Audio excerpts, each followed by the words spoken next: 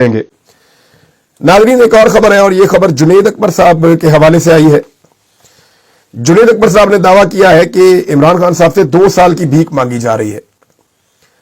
अब उन्हें यह कहा जा रहा है कि जी 2 साल का टाइम आप हमें दे दें। इमरान खान साहब मेहर बुखारी साहबा के प्रोग्राम में वो बात कर रहे थे, तो उनका दावा है कि जी 2 साल की भीख मांगी जा रही है इमरान खान साहब से कि ठीक है आप आ जाएं बाहर, लेकिन हमें 2 साल दें ताकि 2 साल तक ये हुकूमत चलती रहे। अब मामला यह है कि इमरान खान साहब क्या कहते हैं। इमरान खान साहब कहते हैं जी कि मुझे आपसे कोई डील नहीं करनी, आपसे कोई डील चाहिए भी नहीं। आप अदालतों के ऊपर जो आपने प्रेशर डाला हुआ है वो आप हटा दें। अदालतों को कंट्रोल करना पाकिस्तान की मिलिट्री एस्टेब्लिशमेंट बंद कर दे, मुदाखलत बंद कर दे। मैं अदालतों से इंसाफ लेकर खुद ही आजाद हो जाऊंगा। और यह हकीकत है। ऐसा नहीं है कि पाकिस्तान की अदालतों के जजेस इंसाफ देना नहीं चाहते।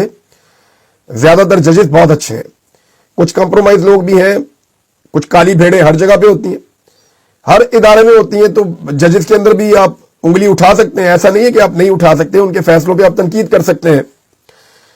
लेकिन इमरान खान साहब के मामले में अगर मिलिट्री एस्टेब्लिशमेंट दबाव डालना बंद कर दे तो इमरान खान साहब 1 हफ्ते में पाकिस्तान की सारी सियासी जमातों की सियासत भी वाड़ देंगे और 1 महीने से पहले पहले इमरान खान साहब अपने केसेस में जमानत लेकर बाहर भी आ जाएंगे और पूरे पाकिस्तान का जो सिचुएशन है वो तब्दील हो जाएगा, पूरी की पूरी काया ही पलट जाएगी।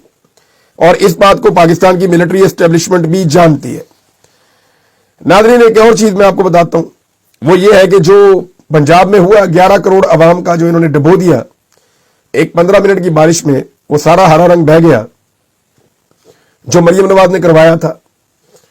अब वो हरा रंग तो बह गया, लेकिन जिम्मेदारी डाल दी ठेकेदार के ऊपर कि ठेकेदार ने किया है। तो मेरे ख्याल में इस ठेकेदार को गिरफ्तार करना चाहिए, इससे 11 करोड़ रुपया वसूल करना चाहिए, हमेशा के लिए इस पर पाबंदी लगानी चाहिए।